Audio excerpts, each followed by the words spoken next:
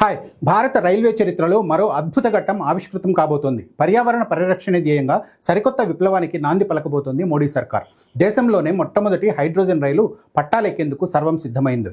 July 17న భారత ప్రధాని నరేంద్ర మోడీ ఈ అధునాతన రైలును జెండా ఊపి ప్రారంభించబోతున్నారు. హర్యానాలోని జింద్ సోనీపట్ మధ్య ఈ రైలు పరుగులు పెట్టనుంది. ఈ రైలు రాకతో మనం కూడా ఎలైట్ క్లబ్లో చేరబోతున్నాం.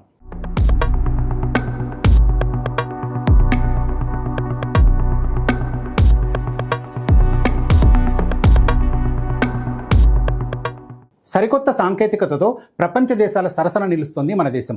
పర్యావరణానికి ఎటువంటి హాని చేయని క్లీన్ ఎనర్జీ వైపు రైల్వే శాఖ పరుగులు పెడుతోంది.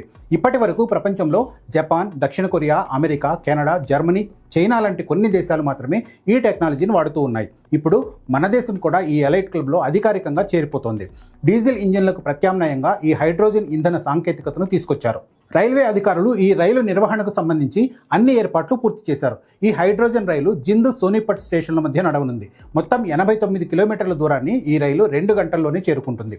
ఈ మార్గంలో మొత్తం 12 స్టేషన్లు ఉంటాయి. ఈ ప్రత్యేకమైన రైలు గరిష్టంగా గంటకు 120 కిలోమీటర్ల వేగంతో ప్రయాణించే సామర్థ్యాన్ని కలిగి ఉంది. అయితే ప్రస్తుతం దీనిని గంటకు 75 కిలోమీటర్ల ఆపరేషనల్ వేగంతో నడపనున్నారు. ఈ రైలులో మొత్తం 10 కోచ్లు ఉంటాయి. ఒకేసారి 682 మంది కూర్చొని ప్రయాణించేలా సీట్లను ఏర్పాటు చేశారు. ఈ రైలు పర్యావరణానికి పూర్తిగా అనుకూలంగా పనిచేస్తుంది. హైడ్రోజన్ ఇంధన కణాలు రసాయన ప్రక్రియ ద్వారా విద్యుత్తును ఉత్పత్తి చేస్తాయి. దీనివల్ల వాతావరణంలోకి ఎటువంటి కార్బన ఉద్గారాలు విడుదల కావు. కేవలం నీటి ఆవిరి మాత్రమే బయటకు వస్తుంది. ఇది 2400 కిలోవాట్ల పవర్ సామర్థ్యంతో నడుస్తుంది.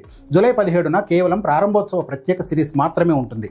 సాధారణ ప్రయాణికుల కోసం రెగ్యులర్ సర్వీసు త్వరలోనే ప్రకటిస్తారు. ఈ పైలట్ ప్రాజెక్టు కోసం హర్యానాలోని జింద్ వద్ద ప్రత్యేక స్వదేశీ హైడ్రోజన్ నిల్వ కేంద్రం ఏర్పాటు చేశారు. ఇక్కడ ఇంధనాన్ని నింపే రీఫ్యూయలింగ్ సదుపాయాన్ని కూడా అందుబాటులోకి తెచ్చారు.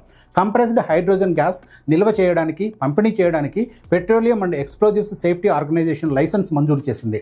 నిరంతరాయంగా రీఫ్యూయలింగ్ ప్రక్రియ సాగడానికి వీలుగా స్టాండ్ బై కంప్రెసర్ యూనిట్ను కూడా సిద్ధం చేశారు.